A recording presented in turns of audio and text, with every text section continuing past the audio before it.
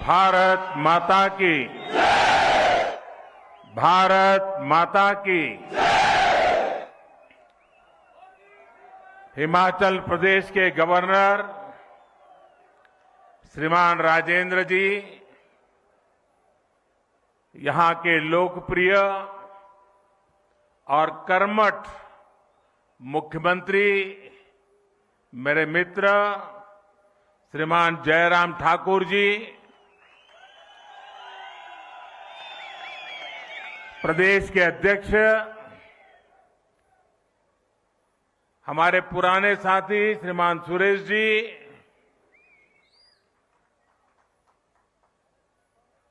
केंद्र के मंत्रिपरिषद के मेरे साथियों, सांसदगण, विधायकगण, हिमाचल के सभी जनप्रतिनिधिगण, आज मेरे जीवन में एक विशेष दिवस भी है और उस विशेष दिवस पर इस देवभूमि को प्रणाम करने का मौका मिले, इससे बड़ा जीवन का सौभाग्य क्या हो सकता है। आप इतनी बड़ी तादाद में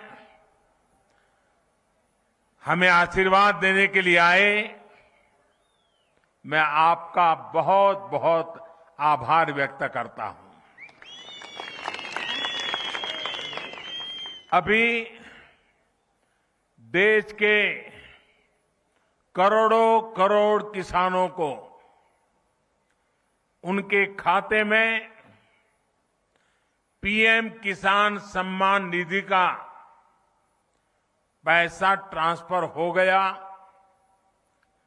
पैसा उनको मिल भी गया और आज मुझे शिमला की धरती से देश के 10 करोड़ से भी ज्यादा किसानों से खाते में पैसे पहुंचाने का सौभाग्य मिला है।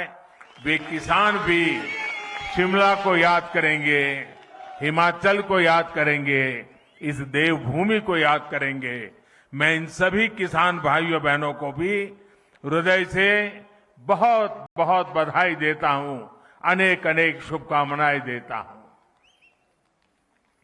साथियों, ये कार्यक्रम शिमला में है, लेकिन एक प्रकार से ये कार्यक्रम आज पूरे हिंदुस्तान का है। हमारे यहां चर्चा चल रही थी कि सरकार के 8 साल होने पर कैसा कार्यक्रम किया जाए, कौन सा कार्यक्रम किया जाए। तो हमारे नड्डा जी जो हिमाचल के ही हैं, हमारे जयराम जी, उनकी तरफ से एक सुझाव आया और दोनों सुझाव मुझे बहुत अच्छे लगे। ये 8 वर्ष के निमित्त कल मुझे कोरोना काल में जिन बच्चों ने अपने माता और पिता दोनों खो दिए, ऐसे बच्चों का जिम्मा संभालने का अवसर कल मुझे मिला। देश के उन हजारों बच्चों का देखभाल का निर्णय सरकार ने किया और कल उनको मैंने कुछ पैसे भी भेज दिए, चेक डिजिटली। 8 साल की पूर्ति में ऐसा कार्यक्रम होना मन को बहुत सुकून देता है, आनंद देता है। और फिर मेरे सामने सुझाव आया कि हम एक कार्यक्रम हिमाचल में करें, तो मैंने आंख बंद करके हाँ कह दिया, क्योंकि मेरे जीवन में हिमाचल का स्थान इतना बड़ा है, इतना बड़ा है, और खुशी के पल अगर हिमाचल में आकर के बिताने का मौका मिले तो फिर तो बात ही क्या बनती है जी।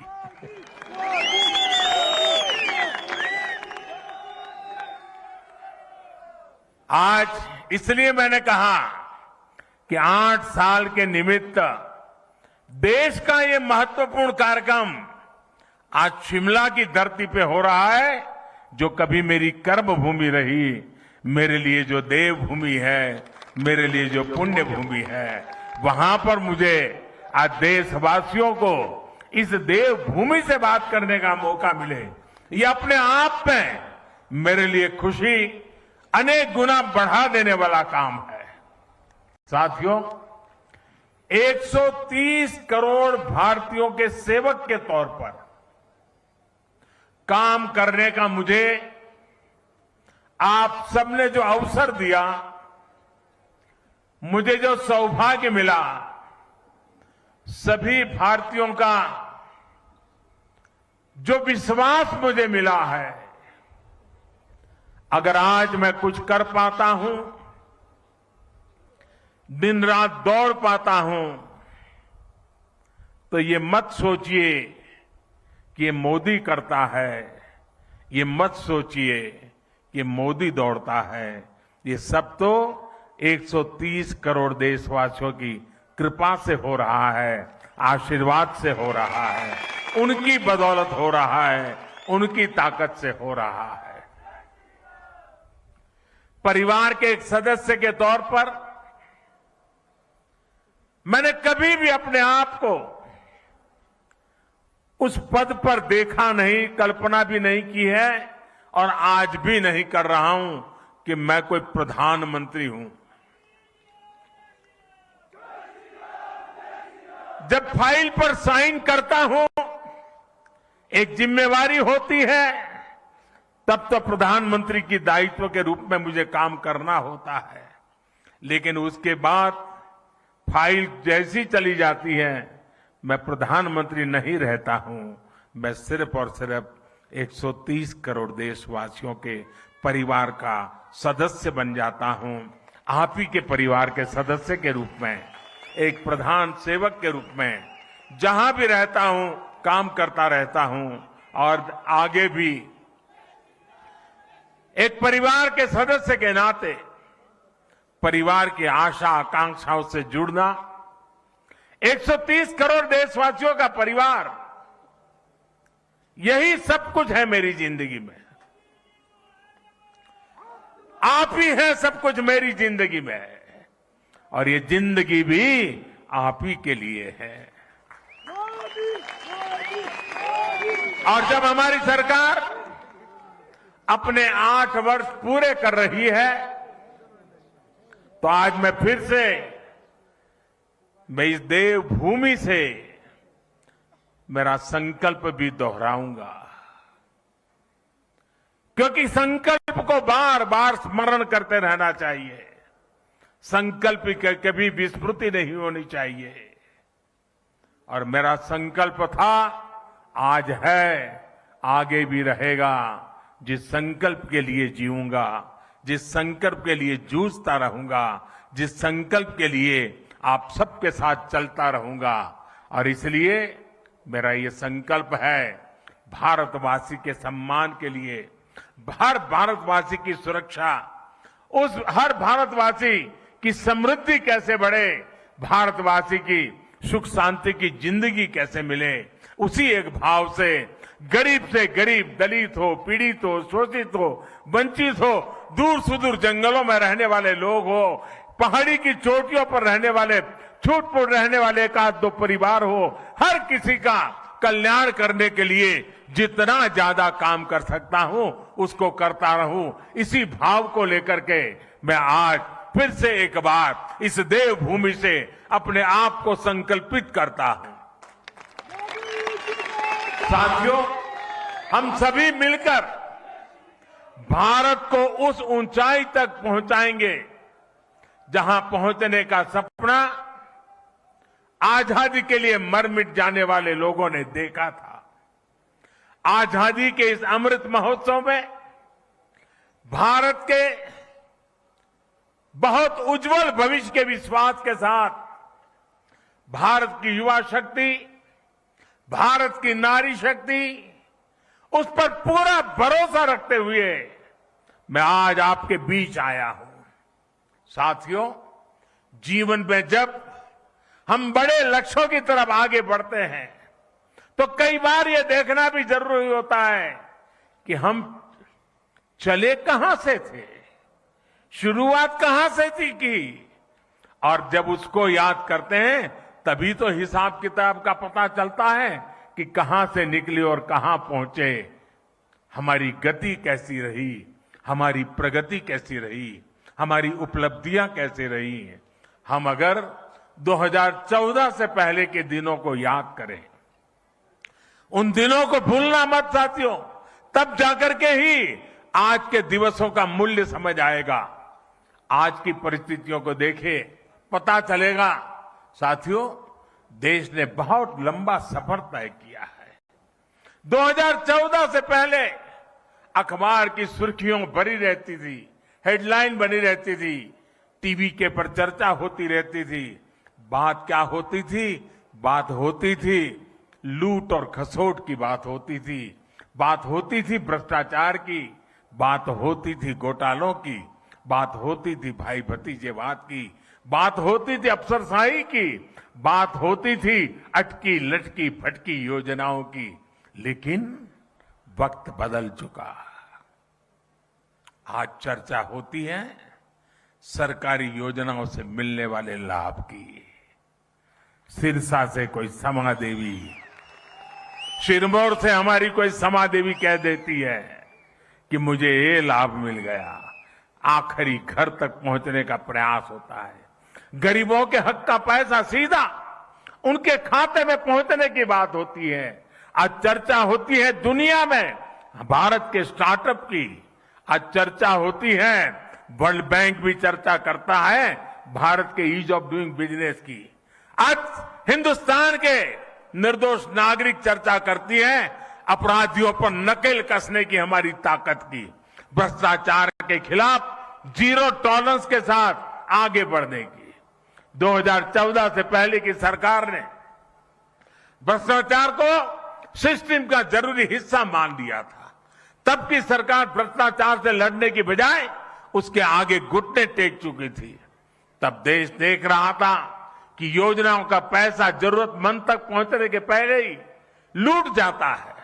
लेकिन आज चर्चा जनधन खातों से मिलने वाले फायदों की हो रही है। जनधन, आधार और मोबाइल से बनी त्रिशक्ति की हो रही है। पहले रसोई में धुआं सहने की मजबूरी थी, आज उज्ज्वला योजना से सिलेंडर पाने की सहूलियत है। पहले खुले में शौच की बेबसी थी, आज घर में शौचालय बनवाकर सम्मान से जीने की आजादी है। पहले इलाज के लिए पैसे जुटाने की बेबसी थी, आज हर गरीब को आयुष्मान भारत का सहारा है। पहले ट्रिपल तलाक का डर था, अब अपने अधिकारों की लड़ाई लड़ने का हौसला है। साथियों, 2014 से पहले देश की सुरक्षा को लेकर चिंता थी, आज सर्जिकल स्ट्राइक, एयर स्ट्राइक का गर्व है। हमारी सीमा पहले से ज्यादा सुरक्षित है। पहले देश का नॉर्थ ईस्ट अपने असंतुलित विकास से, भेदभाव से आहत था, दुखी था। आज हमारा नॉर्थ ईस्ट दिल से भी जुड़ा है और आधुनिक इंफ्रास्ट्रक्चर से भी जुड़ रहा है। सेवा, सुशासन और गरीबों के कल्याण के लिए बनी हमारी योजनाओं ने लोगों के लिए सरकार के मायने ही बदल दिए। अब सरकार माई बाप नहीं है, वो वक्त चला गया। अब सरकार सेवक है, सेवक, जनता जनार्दन की सेवक है। अब सरकार जीवन में दखल देने के लिए नहीं, बल्कि जीवन को आसान बनाने के लिए काम कर रही है। बीते वर्षों में हम विकास की राजनीति को देश की मुख्य धारा में लाए हैं। विकास की इसी आकांक्षा में लोग स्थिर सरकार चुन रहे हैं। डबल इंजन की सरकार चुन रहे हैं। साथियों, हम लोग अक्सर सुनते हैं कि सरकारें आती हैं, जाती हैं, लेकिन सिस्टम वही रहता है। हमारी सरकार ने इस सिस्टम को ही गरीबों के लिए ज्यादा संवेदनशील बनाया, उसमें निरंतर सुधार किए। पीएम आवास योजना हो, स्कॉलरशिप देना हो या फिर पेंशन योजनाएं, टेक्नोलॉजी की मदद से हमने भ्रष्टाचार का स्कोप कम से कम कर दिया। जिन समस्याओं को पहले परमानेंट मान लिया गया था, हम उसके परमानेंट सॉल्यूशन देने का प्रयास कर रहे हैं। जब सेवा, सुशासन और गरीब कल्याण का लक्ष्य हो तो कैसे काम होता है, इसका एक उदाहरण है डायरेक्ट बेनिफिट ट्रांसफर स्कीम। अभी मैं जो कह रहा था, डीबीटी के माध्यम से, डायरेक्ट बेनिफिट स्कीम के माध्यम से 10 करोड़ से अधिक किसान परिवारों के बैंक खाते में सीधे 21,000 करोड़ रुपए ट्रांसफर हो गए। ये हमारे छोटे किसानों की सेवा के लिए है, उनके सम्मान की निधि है। बीते 8 साल में ऐसे ही डीबीटी के जरिए हमने 22 लाख करोड़ रुपए से ज्यादा सीधे देशवासियों के अकाउंट में ट्रांसफर किए हैं। और ऐसा नहीं हुआ कि 100 पैसा भेजा तो पहले 85 पैसा लापता हो जाता था। जितने पैसे भेजे वो पूरे के पूरे सही पते पर, सही लाभार्थी के बैंक खातों में भेजे गए हैं। साथियों, आज इस योजना की वजह से 2.25 लाख करोड़ रुपए की लीकेज रुकी है। पहले यही 2.25 लाख करोड़ रुपए बिचौलियों के हाथों में चले जाते थे, दलालों के हाथों में चले जाते थे। इसी डीबीटी की वजह से देश में सरकारी योजनाओं का गलत लाभ उठाने वाले 9 करोड़ से ज्यादा फर्जी नामों को हमने लिस्ट से हटाया। आप सोचिए, फर्जी नाम कागजों में चढ़ाकर गैस सब्सिडी, बच्चों की पढ़ाई के लिए भेजी गई फीस, कुपोषण से मुक्ति के लिए भेजा गया पैसा, सब कुछ लूटने का देश में खुला खेल चल रहा था। ये क्या देश के गरीब के साथ अन्याय नहीं था? जो बच्चे उज्जवल भविष्य की आशा करते हैं, उन बच्चों के साथ अन्याय नहीं था? क्या ये पाप नहीं था? अगर कोरोना के समय यही 9 करोड़ फर्जी नाम कागजों में रहते तो क्या गरीब को सरकार के प्रयासों का लाभ मिल पाता क्या? साथियों, गरीब का जब रोजमर्रा का संघर्ष कम होता है, जब वो सशक्त होता है, तब वो अपनी गरीबी दूर करने के लिए नई ऊर्जा के साथ जुड़ जाता है। इसी सोच के साथ हमारी सरकार पहले दिन से गरीब को सशक्त करने में जुटी है। हमने उसके जीवन की एक एक चिंता को कम करने का प्रयास किया।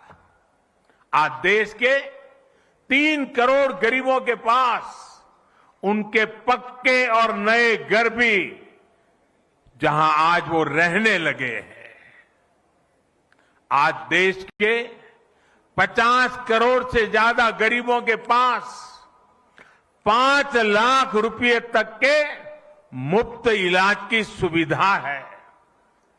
आज देश के 25 करोड़ से अधिक गरीबों के पास 2-2 लाख रुपए का एक्सीडेंट इंश्योरेंस और टर्म इंश्योरेंस है, बीमा है। आज देश के लगभग 45 करोड़ गरीबों के पास जनधन बैंक खाता है। मैं आज बहुत गर्व से कह सकता हूं कि देश में शायद ही कोई ऐसा परिवार होगा जो सरकार की किसी न किसी योजना से जुड़ा न हो, योजना उसे लाभ न देती हो। हमने दूर सुदूर पहुंचकर लोगों को वैक्सीन लगाई है। देश करीब 200 करोड़ वैक्सीन डोज के रिकॉर्ड स्तर पर पहुंच रहा है। और मैं जयराम जी को बधाई दूंगा। कोरोना काल में जिस प्रकार से उनकी सरकार ने काम किया है और उन्होंने ये टूरिस्ट डेस्टिनेशन होने के कारण टूरिज्म के लिए तकलीफ न हो, इसलिए उन्होंने वैक्सीनेशन को इतना तेजी से चलाया। हिंदुस्तान में सबसे पहले वैक्सीनेशन का काम पूरा करने वालों में जयराम जी की सरकार अग्रिम पंक्ति में रही। साथियों, हमने गांव में रहने वाले 6 करोड़ परिवारों को साफ पानी के कनेक्शन से जोड़ा है, नल से जल। साथियों, हमने 35 करोड़ मुद्रा लोन देकर गांव और छोटे शहरों में करोड़ों युवाओं को स्वरोजगार का अवसर दिया है। मुद्रा लोन लेकर कोई टैक्सी चला रहा है, कोई टेलरिंग की दुकान खोल रहा है, कोई बिटिया अपना स्वयं का कारोबार शुरू कर रही है। रेहड़ी ठेले पटरी पर काम करने वाले लगभग 45 लाख साथियों को भी पहली बार बैंकों से ऋण मिला है, अपने काम को बढ़ाने का रास्ता मिला है। और जो प्रधानमंत्री मुद्रा योजना है ना, मेरे लिए संतोष की बात है, उसमें 70% बैंक से पैसा प्राप्त करने वालों में 70% हमारी माताएं बहनें हैं जो एंटरप्रेन्योर बन करके आज लोगों को रोजगार दे रही है। साथियों, यहां हिमाचल प्रदेश के तो हर घर से शायद ही कोई परिवार ऐसा होगा जिस परिवार से कोई सैनिक न निकला हो। ये वीरों की भूमि है जी, ये वीर माताओं की भूमि है जो अपने गोद से वीरों को जन्म देती हैं, जो वीर मातृभूमि की रक्षा के लिए 24 घंटे अपने आप को खपाते रहते हैं। साथियों, ये जो सैनिकों की भूमि है, ये सैन्य परिवारों की भूमि है। यहां के लोग कभी भूल नहीं सकते कि पहले की सरकारों ने उनके साथ किस तरह का बर्ताव किया। 1 रैंक 1 पेंशन के नाम पर कैसे उन्हें धोखा दिया। अभी हम लद्दाख के एक पूर्व सैनिक से बात कर रहे थे, जीवन सेना में बिताया था। उसको पक्का घर हमारे आने के बाद मिल रहा है। साथियों, उनको निवृत्त हो गए भी 30-40 साल हो गए। साथियों, सैन्य परिवार हमारी संवेदनशीलता को भली भांति समझता है। ये हमारी ही सरकार है जिसने 4 दशकों के इंतजार के बाद 1 रैंक 1 पेंशन को लागू किया। हमारे पूर्व सैनिकों को एरियर का पैसा दिया। इसका बहुत बड़ा लाभ हिमाचल के हर परिवार को हुआ है। साथियों, हमारे देश में दशकों तक वोट बैंक की राजनीति हुई है। अपना अपना वोट बैंक बनाने की राजनीति ने देश का बहुत नुकसान किया है। हम वोट बैंक बनाने के लिए नहीं, हम नए भारत को बनाने के लिए काम कर रहे हैं। जब देश राष्ट्र के नवनिर्माण का हो, जब लक्ष्य आत्मनिर्भर भारत का हो, जब इरादा 130 करोड़ देशवासियों की सेवा और उनका कल्याण करने का हो, तो वोट बैंक नहीं बनाए जाते, सभी देशवासियों का विश्वास जीता जाता है। इसलिए हम सबका साथ, सबका विकास, सबका विश्वास और सबका प्रयास की भावना से आगे बढ़ रहे हैं। सरकार की योजनाओं का लाभ सबको मिले, हर गरीब को मिले, कोई गरीब छूटे नहीं। अब यही सरकार की सोच है और इसी अप्रोच से हम काम कर रहे हैं। हमने 100% लाभ, 100% लाभार्थी तक पहुंचाने का बीड़ा उठाया है। लाभार्थियों के सैचुरेशन का प्रण लिया है। 100% सशक्तिकरण यानी भेदभाव खत्म, सिफारिश खत्म, तुष्टीकरण खत्म। 100% सशक्तिकरण यानी हर गरीब को सरकारी योजनाओं का पूरा लाभ। मुझे ये जानकर अच्छा लगा कि जयराम जी के नेतृत्व में हिमाचल प्रदेश इस दिशा में बहुत अच्छा काम कर रहा है। हर घर जल योजना में भी हिमाचल 90% घरों को कवर कर चुका है। किन्नौर, लाहौल स्पीति, चंबा, हमीरपुर जैसे जिलों में तो 100% कवरेज हासिल की जा चुकी है।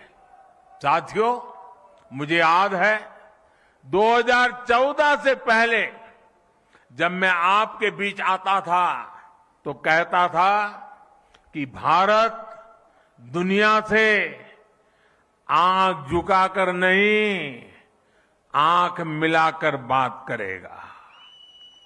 आज भारत मजबूरी में दोस्ती का हाथ नहीं बढ़ाता है, और जब मजबूरी में दोस्ती का हाथ बढ़ाता है ना, तो ऐसे बढ़ाता है। बल्कि आज भारत मदद करने के लिए हाथ बढ़ाता है और हाथ ऐसे करके ले जाता है। कोरोना काल में भी हमने 150 से ज्यादा देशों को दवाइयां भेजी हैं, वैक्सीन भेजी है, और इसमें हिमाचल प्रदेश के फार्मा हब बद्दी की भी बड़ी भूमिका रही है। भारत ने सिद्ध किया है कि हमारे पास पोटेंशियल भी है और हम परफॉर्मर भी है।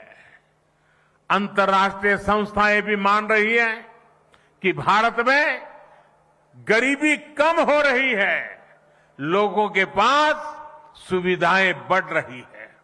इसलिए अब भारत को सिर्फ अपने लोगों की आवश्यकताएं ही पूरी नहीं करनी है, बल्कि लोगों की जागी हुई आकांक्षाओं को भी हमें पूरा करना है। हमें 21वीं सदी के बुलंद भारत के लिए, आने वाली पीढ़ियों के उज्जवल भविष्य के लिए अपने आप को खपाना है। एक ऐसा भारत जिसकी पहचान अभाव नहीं बल्कि आधुनिकता हो।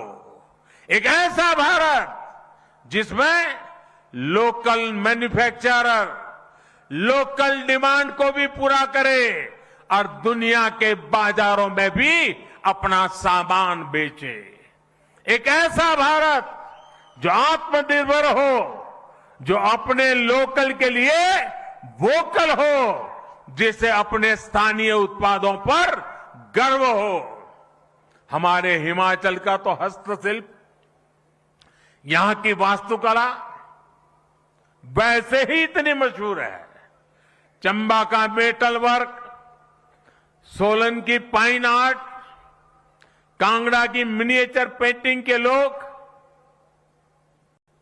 और इसे देखकर टूरिस्ट लोग दीवाने हो जाते हैं। ऐसे उत्पाद देश के कोने कोने में पहुंचे, अंतर्राष्ट्रीय बाजारों की रौनक बढ़ाए, इसके लिए हम काम कर रहे हैं। वैसे भाइयों और बहनों, हिमाचल के स्थानीय उत्पादों की चमक तो अब काशी में बाबा विश्वनाथ के मंदिर तक पहुंच गई है। कुल्लू में बनी हमारी माताओं बहनें बनाती हैं। कुल्लू में बनी पोहलें सर्दी के मौसम में काशी विश्वनाथ मंदिर के पुजारियों और सुरक्षा कर्मियों की मददगार बन रही है। बनारस का सांसद होने के नाते मैं इस उपहार के लिए हिमाचल प्रदेश के लोगों का विशेष आभार व्यक्त करता हूं। साथियों, बीते 8 वर्षों के प्रयासों के जो नतीजे मिले हैं, उनसे मैं बहुत विश्वास भरा हुआ हूं, आत्मविश्वास से भरा हुआ हूं। हम भारतवासियों के सामर्थ्य के आगे कोई भी लक्ष्य असंभव नहीं है। आज भारत दुनिया की सबसे तेजी से बढ़ती अर्थव्यवस्थाओं में एक है। आज भारत में रिकॉर्ड विदेशी निवेश हो रहा है। आज भारत रिकॉर्ड एक्सपोर्ट कर रहा है। 8 साल पहले स्टार्टअप्स के मामले में हम कहीं नहीं थे। आज हम दुनिया के तीसरे बड़े स्टार्टअप इकोसिस्टम हैं, तीसरे बड़े। करीब करीब हर हफ्ते हजारों करोड़ रुपयों की कंपनी हमारे युवा तैयार कर रहे हैं। आने वाले 25 साल के विराट संकल्पों की सिद्धि के लिए देश नई अर्थव्यवस्था के नए इंफ्रास्ट्रक्चर का निर्माण भी तेजी से कर रहा है। हम एक दूसरे को सपोर्ट करने वाली मल्टी मॉडल कनेक्टिविटी पर फोकस कर रहे हैं। इस बजट में हमने जो पर्वतमाला योजना की घोषणा की है, वो हिमाचल जैसे पहाड़ी प्रदेश में कनेक्टिविटी को और मजबूत करेगी। इतना ही नहीं, हमने वाइब्रेंट बॉर्डर विलेज, इसकी जो योजना बजट में रखी है, उसके कारण सीमा पर बसे हुए जो गांव है, ये गांव वाइब्रेंट बने, टूरिस्ट डेस्टिनेशन बने, एक्टिविटी के सेंटर बने। सीमा पर सटे हुए गांव, उनके विकास के लिए भारत सरकार ने एक विशेष योजना बनाई है। ये वाइब्रेंट बॉर्डर विलेज की योजना का लाभ मेरे हिमाचल के सीमावर्ती गांवों को स्वाभाविक रूप से मिलने वाला है। साथियों, आज जब हम दुनिया का सर्वश्रेष्ठ डिजिटल इंफ्रास्ट्रक्चर बनाने पर फोकस कर रहे हैं, हम देश भर में स्वास्थ्य सेवाओं के आधुनिकीकरण पर काम कर रहे हैं। Ayushman Bharat health infrastructure mission के तहत जिला और ब्लॉक स्तर पर क्रिटिकल हेल्थ केयर सुविधाएं हम तैयार कर रहे हैं।